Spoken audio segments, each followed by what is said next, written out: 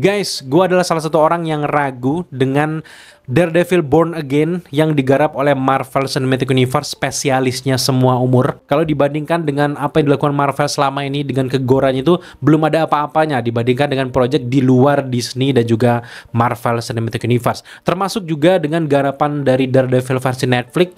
Itu gue ingat banget di season pertama episode 3 ketika si Matt Murdock menyerang si John Healy di situ kan.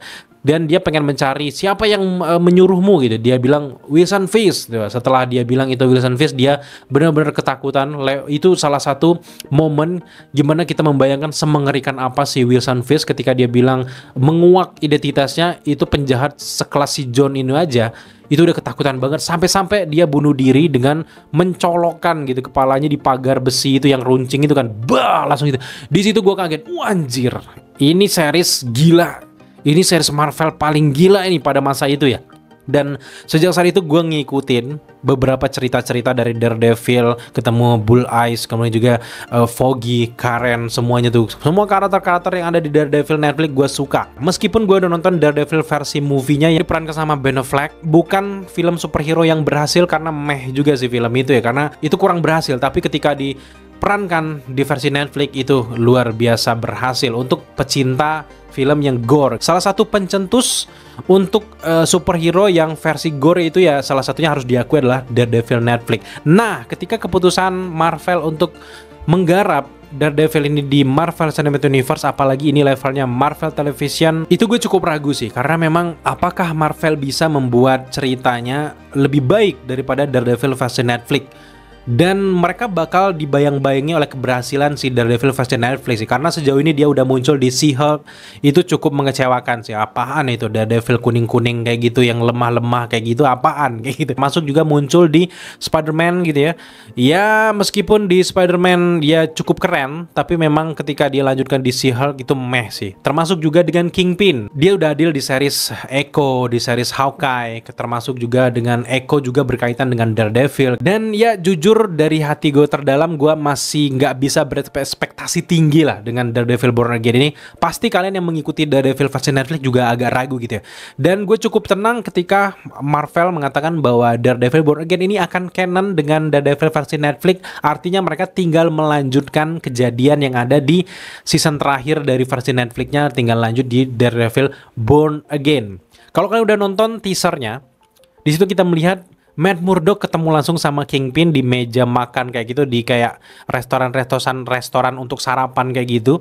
Nah, ini adalah salah satu momen yang menegangkan juga gitu. Tapi memang perawakannya beda. Di sini mereka lebih cerah, lebih mudah senyum gitu. Beda banget dengan versi Netflix-nya. Gua bukan mau membanding-bandingkan, tapi mau nggak mau Daredevil Born Again ini terbayangi dengan kesuksesan dari Daredevil versi Netflix. Dan mau nggak mau mereka harus menyaingi kekerenannya versi Netflix. Antara mereka nggak bisa lepas dari bayang-bayang versi Netflix, atau mereka harus lebih gore lagi dari versi Netflix. Sejauh ini untuk tahun 2025 oke lah, kita akui bahwa Daredevil Born Again adalah satu-satunya kayaknya series dari Marvel yang bikin gue antusias gitu ya. Kedua baru Wonder Man dan sebagainya gitu.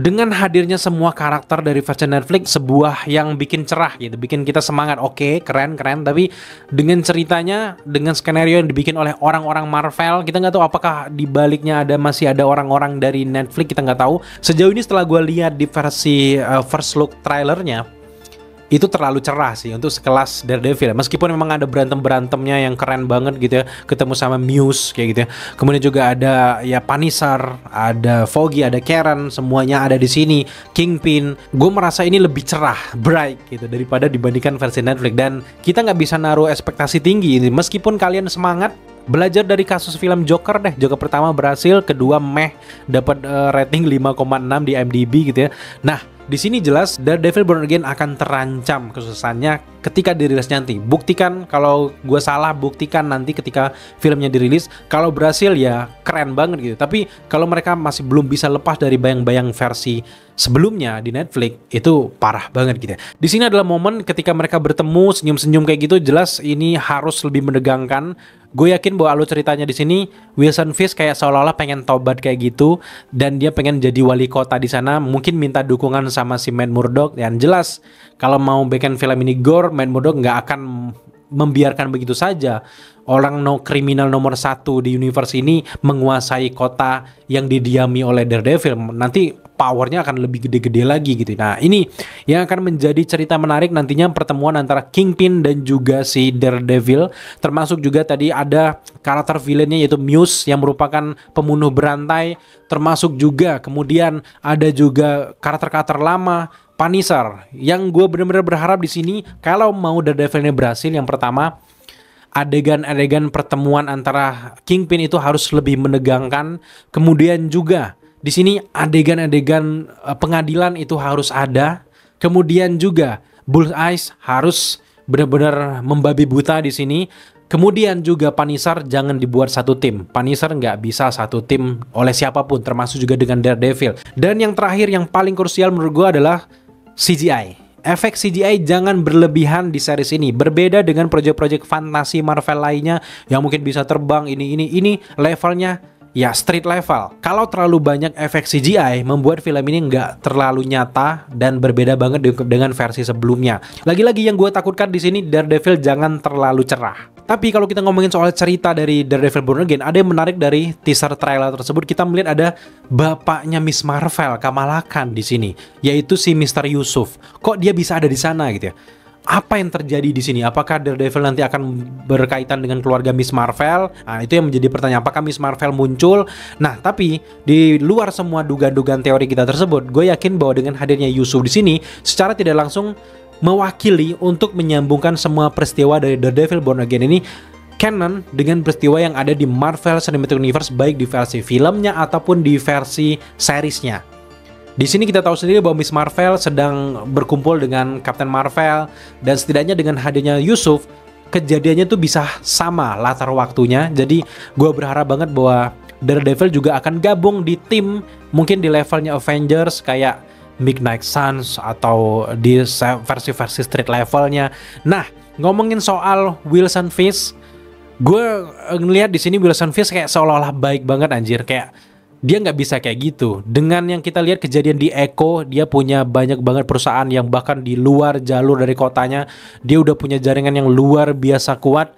Kingpin harus dibuat lebih badass lagi di sini. Jangan terlalu banyak senyum seperti yang kita lihat di versi-versi Marvel yang udah muncul di Echo, dimanapun. Memang kelihatan dia overpower, tapi nggak semeyakinkan yang ada di Netflix. Untuk cerita-cerita di dalam komiknya sebenarnya kan udah banyak banget ya seasonnya di versi Netflix. Gue nggak tahu lagi mereka arahnya bakal kemana gitu ya. Harus ada motivasi jelas di sini kalau street level tuh gimana gitu ya. Apalagi kalau tiba-tiba ketemu sama Spider-Man dari Tom Holland, itu lebih keren lagi karena ini kayak seperti project balas budi lah. Kan dia muncul di versi film Spider-Man gitu ya. Tapi secara keseluruhan gue benar-benar berharap Daredevil Born Again ini lebih badass lagi dan menunjukkan kalau sebenarnya Marvel juga bisa bikin series yang badass parah gitu ya. Secara keseluruhan update kita kali ini untuk Daredevil Born Again cukup di sana saja komentar gue terkait Daredevil Born Again ini. Lagi-lagi gue nggak bisa menaruh ekspektasi tinggi untuk versi Marvel ini, tapi gue berharap keren. Sejauh ini bagaimana pendapat kalian untuk series ini? Apa kalian punya ekspektasi yang tinggi terkait dengan series ini? Silahkan tambahkan di kolom komentar di bawah. Atau kalian punya teori-teori menarik terkait dengan series ini? Silahkan tambahkan juga di kolom komentar di bawah. Kalau kalian tiba-tiba nonton video ini tapi belum subscribe, jangan lupa dukung kita dengan cara subscribe, like, komen, dan share. Serta jangan lupa juga untuk nyalakan notifikasi agar kalian mengetahui apabila kita mengupload video setiap harinya. Thank you guys.